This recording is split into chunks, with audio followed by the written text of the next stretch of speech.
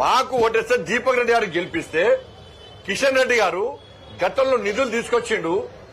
మళ్ళా కేంద్రం దగ్గరకు పోయి సార్ తెలంగాణ కేంద్రానికి కేంద్ర నాయకత్వానికి ఈ తెలంగాణ రాష్ట్రంలో మోడీ రాజ్యం రావాలి, రామరాజ్యం రావాలి, తెలంగాణ అభివృద్ధి చేయాలని చెప్పి ఒక లక్ష్యంతో నరేంద్ర మోడీ గారు ఉన్నారు. భారతీయ జనతా పార్టీ ఉంది కాబట్టి ఈ ఉప ఎన్నికల్లో గెలిపిస్తే ఇలా కిషన్ రెడ్డి గారు పోయి మోడీ గారి దగ్గరకు పోయి సార్ ఉప ఎన్నికల్లో భారతీయ జనతా పార్టీ గెలిచింది, తెలంగాణ ప్రజలు మమ్మల్ని ఆదరిస్తున్నారు, మిమ్మల్ని అభిమానిస్తున్నారు, మీ రాజ్యం రావాలని కోరుకుంటున్నారు, అందుకే నిధులు ఇవ్వండి సార్ అని చెప్పి కేంద్రం నుంచి నిధులు తీసుకొచ్చే అవకాశం ఉంది.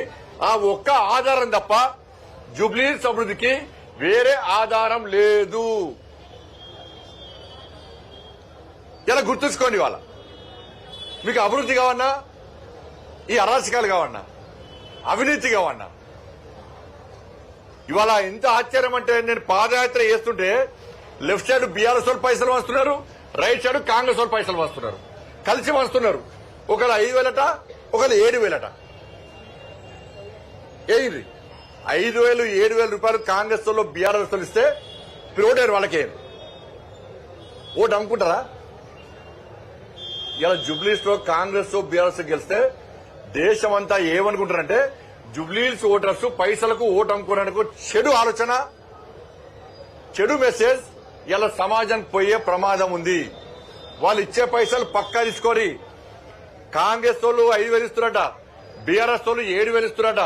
ఎందుకంటే 10 సంవత్సరాలు పొట్టు దొబ్బు తిన్నారు వాళ్ళు. 2 సంవత్సరాల్లో వాళ్ళకంటే వీలు చంపిన పైసలు 5,000 కాంగ్రెస్ వాళ్ళట, 7,000 బీఆర్ఎస్ వాళ్ళట. పక్క లెక్క పెట్టుకుని పైసలు తీసుకొని ఓటు మాత్రం అమ్ముకోకండి. ఈ పైసలు ఒలికిస్తున్నారు, 5,000 7,000 ఒలికిస్తున్నారు, ఓన్లీ ఒక మతానికి మాత్రమే ఇస్తున్నారు.